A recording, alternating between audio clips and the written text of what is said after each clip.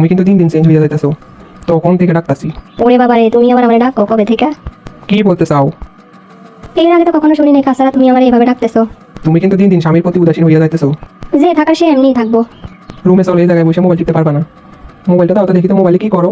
কেন আমার মোবাইল তুমি নিবে কেন? কারণ আমি তোমার স্বামী। হো হো হো, আচ্ছা আচ্ছা, আমি তো ভুলে গেছিলাম। ভুলে গেছিলাম মানে? বউ সাজে গুজু করে সামনে আসলে যার লাগে বিরক্ত, সে আবার কেমন জামাই? বউরে সময় দেওয়ার থেকে বন্ধুদের সময় দেওয়ার গুরুত্ব যার কাছে বেশি, সে আবার কেমন স্বামী? এগুলো করলে স্বামী না, যত সব আদিক্ষেতা। তোমার কেউ আদিক্ষেতা করতে কয় নাই। অবহেলা করতেছো, অবহেলায় করো। ফোন টিপি না কি করি, এগুলো তোমার কোনো দেখার বিষয় আছে?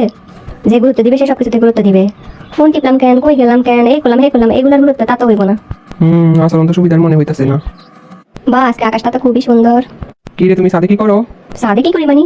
সাদে আন যাইব না? সব সময় তো আমার নিয়ে আইতে চাইতা, এখন দেখি একলা একলা চলে আসো। আমি নিয়ে আইতে চাইতাম, তুমি কি আইতা? এখন তো দেখি আর কও না। কি আর কইতাম, তুমি তো মোবাইল টিপা নিয়ে ব্যস্ত, তুমি তো আইতা না। বারবার তোমারে কইয়া তুমি না আইলে মুড তো এমনি নষ্ট হইয়া যায়, তার থেকে একা একা মানে ভালো না? বা এখন তো দেখতেছি একা একা খুব ভালো চলতে ফিরতে পারতেছো। এটা কোনো কথা, একা একা চলতে ফিরতে পারবো না? আসল কাহিনী কি ওইটা কও। ওরে আল্লাহ, তুমি সবসময় আমার লগে থাকো, আসলে আমার কাহিনী কি? না, আমার গোপনে মনে হইতেছে কিছু একটা আছে। এইটুকু অবহেলা তুমি সহ্য করতে পারতেছো না, আর এগুলো তো অবহেলা না। তুমি যাতে ডিস্টার্ব না হও ওইগুলাই করতেছি না। তুমি যদি দিনের পর দিন আমার প্রতি কোনো গুরুত্ব দাও না, তাহলে তো তোমার প্রতি আমার সন্দেহ করে উল্টাইয়া ফেলার কথা। আমি তো জিজ্ঞেতে পারতাম এতদিন কোন কাহিনী লাগে আমার লগে এরকম করো। তুমি কিন্তু কথা উড়াইতেছো।